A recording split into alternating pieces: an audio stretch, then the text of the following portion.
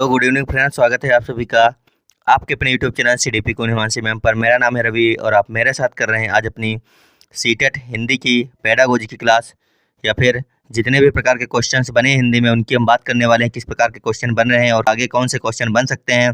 तो आप लोगों को एक अंदाज़ा लग जाएगा कि कहाँ कहाँ से क्वेश्चन पूछ रहा है अब की बार में सीटेट के एग्जाम में। तो चलिए शुरू करते हैं क्लास को शुरू करने से पहले आपको करना है क्लास को सभी के पास में शेयर और वीडियो को करना है लाइक। तो एक बार कर लीजिए सभी लोग वीडियो को शेयर और लाइक, उसके बाद शुरू करते हैं अपनी क्लास।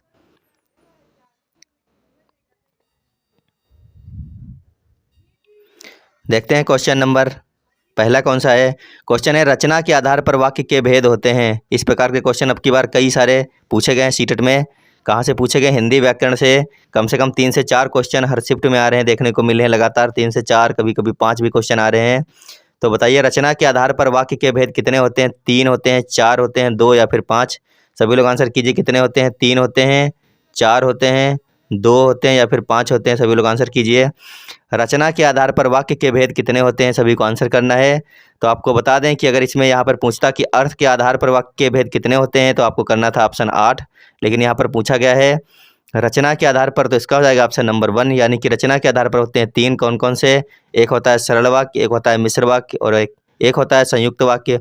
तो रचना के आधार पर हो गए 3, और अगर पूछता अर्थ के आधार पर तो वहाँ पे करने थे आपको 8। तो चलिए चलते हैं अगले क्वेश्चन पर। क्वेश्चन है, सलमा घर जाती है वाक्य कैसा है? सलमा घर जाती है वाक्य कैसा है? सरल वाक्य है, निषेधात्मक वाक्य है, आज्ञार्थक वाक्य है या फिर इच्छार्थक वाक्य है? सलमा अपने घर जा रही है, सलमा घर जाती है, कैसा वाक्य हो जाएगा? क्वेश्चन नंबर 2 का सभी को आंसर करना है। सलमा में उद्देश्य है और घर जाती है विधेय है। सलमा क्या है? उद्देश्य, और घर जाना क्या है? विधेय है। तो कैसा वाक्य हो जाएगा? ये हो जाएगा सरल वाक्य। कैसा हो जाएगा? सरल वाक्य हो जाएगा। ये ऑप्शन नंबर 1 इसका सही हो जाएगा क्वेश्चन नंबर 2 का। सलमा घर जाती है, कैसा वाक्य हो गया? ये सरल वाक्य हो गया। आगे देखते हैं। क्वेश्चन है, राम आया और भाई से मिला और तुरंत लौट गया। राम आया और भाई से मिला और तुरंत लौट भी गया। तो क्वेश्चन नंबर 3 में बताइए कौन सा आंसर हो जाएगा सही? सभी को आंसर करना है। राम आया और भाई से मिला और तुरंत लौट गया, यह वाक्य कैसा है? मिश्र वाक्य है, संयुक्त वाक्य है, सरल वाक्य है या फिर जटिल वाक्य है? तो सभी को आंसर करना है। क्वेश्चन नंबर 3 में बताइए कौन सा ऑप्शन सही हो जाएगा। सीटेट अब की बार हिंदी के काफ़ी अच्छे अच्छे क्वेश्चन पूछ रहा है, यानी कि हिंदी को थोड़ा सा कठिन बना के पूछ रहा है। बिल्कुल सिंपल हिंदी नहीं आ रही अब की बार में। तो इसका हो जाएगा ऑप्शन नंबर बी। क्या हो जाएगा? संयुक्त वाक्य, राम आया और भाई से मिला और तुरंत लौट गया। ऑप्शन नंबर 20 का सही आंसर है। आगे है, ईश्वर तुम्हें सफलता प्रदान करे, यह वाक्य कैसा है? सभी लोग आंसर कीजिए। ईश्वर तुम्हें सफलता प्रदान करे, यह वाक्य कैसा है? पहला ऑप्शन संकेतवाचक, दूसरा है विधानवाचक, तीसरा है इच्छावाचक और चौथा है विस्मयवाचक। तो सभी लोग बताइए, ईश्वर तुम्हें सफलता प्रदान करे वाक्य कैसा हो जाएगा? क्वेश्चन नंबर 4 का सभी लोग आंसर कीजिए एक बार। ईश्वर तुम्हें सफलता प्रदान करे वाक्य है इच्छावाचक। ऑप्शन नंबर 6 का सही आंसर हो जाएगा। कैसा वाक्य है? इच्छावाचक वाक्य, ईश्वर तुम्हें सफलता प्रदान करे। आगे देखते हैं। क्वेश्चन नंबर 5 है, भाषा कौशलों की संख्या कितनी है? भाषा कौशलों की संख्या कितनी है? सभी को बताना है। भाषा कौशलों की संख्या ऑप्शन नंबर 1 है 5, 2 है 4, 3 या फिर 10। 5, 4, 3, 10 कितनी है भाषा कौशलों की संख्या? क्वेश्चन नंबर 5 का हो जाएगा ऑप्शन नंबर बी। भाषा कौशल कितने प्रकार के होते हैं? 4 प्रकार के होते हैं। कितने? 4 प्रकार के होते हैं भाषा कौशल। आगे देखते हैं। क्वेश्चन है, मैं उस लड़की से मिला था जिसकी किताब खो गई थी। बहुत ही अच्छा क्वेश्चन है। मैं उस लड़की से मिला था जिसकी किताब खो गई थी। तो आपको बताना है कैसा वाक्य है ये? सरल वाक्य है, मिश्र वाक्य है, संयुक्त वाक्य है या फिर कृतवाच्य है? सभी लोग आंसर करेंगे। मैं उस लड़की से मिला था जिसकी किताब खो गई थी, इसमें एक प्रधान है और दूसरा ना है। कैसा वाक्य है ये? सरल वाक्य है, मिश्र वाक्य है, संयुक्त वाक्य है या फिर कृतवाच्य है? सभी लोग आंसर करेंगे। मैं उस लड़की से मिला था जिसकी किताब खो गई थी, इसमें एक प्रधान है और दूसरा आश्रित है। तो सभी लोग बताइए क्या हो जाएगा ये? इसका हो जाएगा ऑप्शन नंबर बी। कैसा वाक्य है ये? मिश्र वाक्य है। मैं उस लड़की से मिला था जिसकी किताब खो गई थी, यह है मिश्र वाक्य। कैसा है? मिश्र वाक्य। देखते हैं अगला क्वेश्चन। क्वेश्चन नंबर 7 है, आपका जीवन मंगलमय हो। आपका जीवन कैसा हो? मंगलमय हो। आप सभी लोग सीटेट में पास हो जाएं और शिक्षक और शिक्षिका बन जाएं। इस प्रकार से यहाँ पे बोला जा रहा है कि आपका जीवन मंगलमय हो। तो यह वाक्य किस प्रकार का है? पहला है इच्छावाचक, दूसरा है संदेहवाचक, तीसरा है विधानवाचक या फिर संकेतवाचक। तो सभी को आंसर करना है, आपका जीवन मंगलमय हो यह किस प्रकार का वाक्य है। आंसर कीजिए सभी लोग इसका। तो इसका हो जाएगा क्वेश्चन नंबर 7 का हो जाएगा ऑप्शन नंबर ए। क्या हो जाएगा, आपका जीवन मंगलमय हो ये कैसा वाक्य है, इच्छावाचक वाक्य है, आपका जीवन मंगलमय हो। आगे देखते हैं क्वेश्चन नंबर 8 है, मैं खाना खा चुका तब वह आया। मैं खाना खा चुका तब वह आया, यह वाक्य कैसा है, सरल वाक्य है, संयुक्त वाक्य है, मिश्र वाक्य है या फिर संक्षिप्त वाक्य है। आगे बहुत ही अच्छे अच्छे क्वेश्चन हैं जो एग्जाम में आए हुए हैं। अभी हम आपको वो क्वेश्चन करा रहे हैं जो आने की संभावना रखते हैं क्वेश्चन। इसके बाद में आपको वही क्वेश्चन हम कराने वाले हैं जो एग्जाम में आ चुके हैं आपके। तो पहले वो क्वेश्चन कर लेते हैं जो एग्जाम में पूछे जा रहे हैं लगातार, मतलब इस प्रकार के ही क्वेश्चन पूछे जा रहे हैं। तो इसका बताइए क्या हो जाएगा। इसका हो जाएगा ऑप्शन नंबर सी। क्या हो जाएगा, मिश्र वाक्य। क्या हो जाएगा, यह मिश्र वाक्य है, मैं खाना खा चुका था तब वह आया। आगे देखते हैं क्वेश्चन है, निम्नलिखित में से कौन मिश्र वाक्य है। बहुत ही अच्छा क्वेश्चन है। निम्नलिखित में से कौन सा मिश्र वाक्य हो जाएगा। पहला है, वह ज्ञानी है किंतु जिद्दी है। दूसरा है, सीता पढ़ रही है। तीसरा है, आकाश में बिजली चमकती है। चौथा ऑप्शन है, वह कौन सा व्यक्ति है जिसने महात्मा गांधी का नाम ना सुना हो। तो बताइए इनमें से मिश्र वाक्य कौन सा हो जाएगा। सभी को आंसर करना है क्वेश्चन नंबर 9 का, इनमें मिश्र वाक्य कौन सा है। जितने भी ऑप्शन दिए गए हैं तो क्वेश्चन नंबर 9 में हो जाएगा ऑप्शन नंबर डी। क्या हो जाएगा, वह कौन सा व्यक्ति है जिसने महात्मा गांधी का नाम ना सुना हो, ये मिश्र वाक्य हो जाएगा ऑप्शन नंबर डी। आगे देखते हैं क्वेश्चन है, कौन सरल वाक्य है। इनमें आपको बताना है जितने ऑप्शन हैं इनमें कौन सा वाक्य सरल वाक्य है। पहला ऑप्शन है, उसने आज सुबह दूध पिया। दूसरा है, गिलास नीचे गिरा और टूट गया। तीसरा है, मैंने समझाया और वह बात मान गया। चौथा है, वह ऐसे चल रही थी जैसे कोई बीमार चलता हो। तो बताइए इनमें से सरल वाक्य कौन सा हो जाएगा। क्वेश्चन नंबर 10 में सभी लोग आंसर करेंगे, सरल वाक्य कौन सा है। तो इसका हो जाएगा ऑप्शन नंबर ए। क्या हो जाएगा, उसने आज सुबह दूध पिया, यही इसका सरल वाक्य है, उसने आज सुबह दूध पिया। इसका ऑप्शन नंबर ए सही हो जाएगा। तो एक बार जितने लोग अभी तक जुड़ चुके हैं हमारे साथ में सभी लोग सेशन को शेयर कर दीजिए। उसके बाद में देखते हैं आगे के क्वेश्चंस। जितने लोग नए हैं सभी लोग चैनल को सब्सक्राइब कर लें, बाकी सभी लोग वीडियो को लाइक कर लीजिए। फिर चलते हैं अपने अगले क्वेश्चन पर। जल्दी जल्दी सभी लोग शेयर करेंगे क्लास को, सभी लोग शेयर कर दीजिए एक बार वीडियो को सभी के पास में। फिर चलते हैं आगे, देखते हैं क्वेश्चन है, प्रधानमंत्री आवास 5वीं मंजिल पर है, इस वाक्य में कौन सा विशेषण है। आपको बताना है। ये क्वेश्चन अब जितने क्वेश्चन कराएंगे सब आपके एग्जाम में आ चुके क्वेश्चन हैं, तो आपको सटीक और सही आंसर देना है। तो बताइए क्या हो जाएगा इसमें, प्रधानमंत्री आवास 5वीं मंजिल पर है, इस वाक्य में कौन सा विशेषण है। पहला है गुणवाचक, दूसरा है निश्चित संख्यावाचक, तीसरा है परिमाणवाचक और चौथा है स्थानवाचक। तो सभी लोग आंसर कीजिए किस प्रकार का विशेषण है इसमें। प्रधानमंत्री आवास 5वीं मंजिल, यानी कि इसमें निश्चित हो गया है कि आवास जो है वो 5वीं मंजिल पर ही है, यानी इसका हो जाएगा ऑप्शन नंबर बी। क्या हो जाएगा, निश्चित संख्यावाचक है। निश्चित संख्या है ना 5वीं मंजिल, तो इसीलिए ऑप्शन नंबर 20 का सही हो जाएगा, निश्चित संख्यावाचक है। अगर आपने संज्ञा सर्वनाम विशेषण से संबंधित अगर आपको कोई दिक्कत लग रही है तो आप जाइए हमारे प्लेलिस्ट में, वहाँ पर देखिए हमने वीडियो बना के डाल रखी है संज्ञा सर्वनाम विशेषण की। बहुत ही अच्छी थ्योरी की क्लास है, वहाँ से आप पढ़ सकते हैं और अपने कंसेप्ट को क्लियर कर सकते हैं। देखते हैं अगला क्वेश्चन। क्वेश्चन है, किस क्रम में प्रेरणार्थक क्रिया है। आपको बताना है किस क्रम में प्रेरणार्थक क्रिया है। रमा ने राधा से पत्र लिखवाया। दूसरा है, युवक टहल रहा है। तीसरा है, राम ने अमरूद खरीदे। चौथा है, सलमान रोजे रखता है। सलमान रोजे रखता है, तो बताइए किस क्रम में प्रेरणार्थक क्रिया का यूज किया गया है। तो दोस्तों प्रेरणार्थक क्रिया वहाँ पर होती है जहाँ पर कोई व्यक्ति स्वयं कार्य न करके किसी दूसरे से कार्य करवाता है, तो वहाँ पर होती है प्रेरणार्थक क्रिया। तो इन चारों ऑप्शनों में से इसमें एक ऑप्शन ऐसा है जहाँ पर व्यक्ति स्वयं कार्य न करके दूसरे से करवा रहा है। ऑप्शन नंबर 1 ही एक ऐसा ऑप्शन है जिसमें कार्य स्वयं ना करके दूसरे से करवाया जा रहा है। रमा ने पत्र स्वयं ना लिख के किससे लिखवाया, राधा से लिखवाया है। तो इसका हो जाएगा ऑप्शन नंबर 1 सही आंसर। क्या हो जाएगा, रमा ने राधा से पत्र लिखवाया, इसीलिए इसमें प्रेरणार्थक क्रिया हो जाएगी। आगे देखते हैं क्वेश्चन है, साकार दिव्य गौरव विराट, पौरुष के पुंजीभूत ज्वाल, मेरी जननी के हिम किरीट, मेरे भारत के दिव्य भाल, मेरे नगपति मेरे विशाल, युग युग अजय निर्बद्ध मुक्त, युग युग युग गर्वोन्नत नित महान, निस्मीम व्योम में तान रहे, में युग से किस महिमा का वितान। आगे देखते हैं, कैसी अखंड या चिर समाधि, यतिवर कैसा यह अमर ध्यान, तू महाशून्य में खोज रहा, किस जटिल समस्या का निदान, उलझन का कैसा विषम जाल, मेरे नगपति मेरे विशाल। तो अब इससे संबंधित क्वेश्चन करेंगे।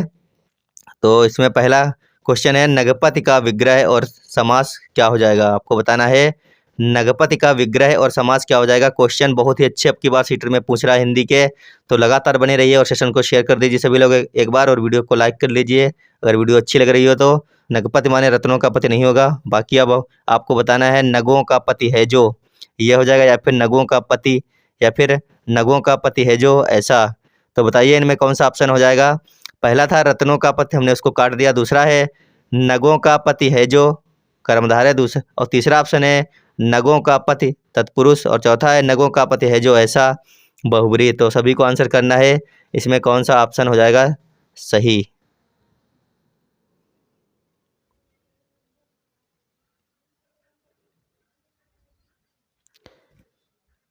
तो इसका जो सही आंसर हो जाएगा वो हो जाएगा ऑप्शन नंबर 3। क्या हो जाएगा, नगों का पति, यानी इसमें हो जाएगा तत्पुरुष समास है। कैसा है, तत्पुरुष समास हो जाएगा इसमें।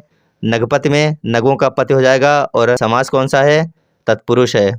आगे अगला क्वेश्चन बना है, किस पंक्ति में कहा गया है कि हिमालय शक्ति की ज्वालाओं का ढेर है। ऐसी कौन सी पंक्ति है जिसमें कहा गया है कि हिमालय शक्ति की ज्वालाओं का ढेर है। तो पौरुष के पंजीभूत ज्वाल, इस प्रकार से एक पंक्ति आई थी। तो इसका हो जाएगा ऑप्शन नंबर, क्या हो जाएगा, 3 हो जाएगा, पौरुष के पुंजीभूत ज्वाल, ऑप्शन नंबर 3 इसका सही आंसर है। इस पंक्ति में कहा गया है कि हिमालय क्या है, ज्वालाओं का ढेर है। देखते हैं अगला क्वेश्चन। अगला क्वेश्चन बना है, जिसे जीता ना जा सके उसके लिए कविता में कौन सा शब्द प्रयुक्त हुआ है। जिसे जीता ना जा सके उसके लिए कौन सा शब्द प्रयुक्त हुआ है। ऑप्शन है अजेय, दूसरा है अखंड, तीसरा है अमर, और चौथा है दिव्य। तो जिसको जीता ना जा सके उसके लिए जो शब्द होता है वो होता है ऑप्शन नंबर 1। क्या हो जाएगा इसको, जिसको जीता ना जा सके उसको कहते हैं अजेय। क्या कहते हैं, अजेय। अगला क्वेश्चन देखते हैं। अगला क्वेश्चन बना है, निस्सीम शब्द में कौन सी संधि है। निस्सीम शब्द में कौन सी संधि हो जाएगी। पहले तो आप दीर्घ को हटा दीजिए, दीर्घ संधि इसमें नहीं हो सकती है निस्सीम में। अब आप बताइए इनमें से कौन सी संधि हो जाएगी। जैसे ही हमने दीर्घ को हटाया वैसे ही स्वर संधि भी हट जाएगी। अब बची हैं 2 व्यंजन और विसर्ग। तो निस्सीम का बताना है आपको। लिखा, अगर निस्सीम का आपको संधि विच्छेद करना होता तो आप कैसे करते। तो इसका हो जाता है, क्या होता है, निह धन सीम। क्या होता है, निह धन सीम होता है। निह प्लस सीम होता है इसका है, इसीलिए इसमें संधि कौन सी हो जाएगी, निह लग गया, यानी इसकी इसमें हो जाएगी विसर्ग संधि। तो ऑप्शन नंबर 3 इसका सही है। निस्सीम शब्द में विसर्ग संधि, कौन सी संधि है, विसर्ग संधि हो जाएगी इसमें। आगे देखते हैं। हिमालय को यतिवर कहकर संबोधित किया गया है क्योंकि वह भारत का प्रहरी है, पर्वतों का स्वामी है, समाधि में लीन है, समस्या का हल ढूंढ रहा है। तो आपको बताना है कि हिमालय को यतिवर कहकर संबोधित क्यों किया गया है। तो इसका हो जाएगा ऑप्शन नंबर 3। क्या हो जाएगा, समाधि में लीन है इसीलिए उसको कहा गया है यतिवर। अगला क्वेश्चन देखते हैं। क्वेश्चन है, प्राथमिक स्तर पर बच्चों की भाषा का आकलन करने का उद्देश्य क्या है। इस प्रकार के क्वेश्चन पूछे जा चुके हैं आपके एग्जाम में, वही सारे के सारे क्वेश्चन हैं जो आपके एग्जाम में पूछे जा चुके हैं। तो आप देखिए कहाँ कहाँ से क्वेश्चन आए हैं। प्राथमिक स्तर पर बच्चों की भाषा का आकलन करने का उद्देश्य क्या है। ऑप्शन है उसकी पठन क्षमता का आकलन, दूसरा है उसके भाषा प्रयोग की क्षमता का आकलन, तीसरा है उसकी लेखन क्षमता का आकलन, चौथा ऑप्शन है उसकी बोलने की कुशलता का आकलन। तो सभी को बताना है प्राथमिक स्तर पर बच्चों की भाषा का आकलन करने का उद्देश्य क्या हो जाएगा। तो इसका हो जाएगा ऑप्शन नंबर 2। क्या हो जाएगा, उसके भाषा प्रयोग की क्षमता का आकलन। बिल्कुल सही आंसर है ऑप्शन नंबर 2, उसके भाषा प्रयोग की क्षमता का आकलन करना, बिल्कुल सही है। आगे देखते हैं। क्वेश्चन है, इनमें से कौन सा भाषा आकलन में सबसे कम प्रभावी तरीका है। आपको बताना है कहानी कहना, कहानी लिखना, घटना का वर्णन करना, या फिर श्रुतलेख। इनमें से ऐसा कौन सा ऑप्शन है जो भाषा आकलन में सबसे कम प्रभावी तरीका है। तो सभी को आंसर करना है इसका। सभी लोग आंसर दीजिए, सभी लोग आंसर कीजिए, सभी लोग आंसर कीजिए, इनमें कौन सा ऑप्शन सही हो जाएगा।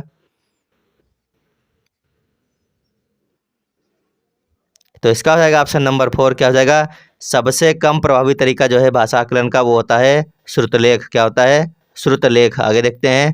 क्वेश्चन है, आकलन की प्रक्रिया में केवल बच्चे की क्षमताओं का आकलन नहीं होता बल्कि शिक्षक की शिक्षण प्रक्रिया का भी आकलन होता है। यह विचार पूर्णतः सही है, अंशतः सही है, पूर्णतः गलत है, या फिर निराधार है। तो सभी लोग बताइए आपको क्या लग रहा है कि आकलन की प्रक्रिया में केवल बच्चों की क्षमताओं का आकलन नहीं होता है बल्कि शिक्षक की शिक्षण प्रक्रिया का भी आकलन होता है। यह वाक्य कैसा है?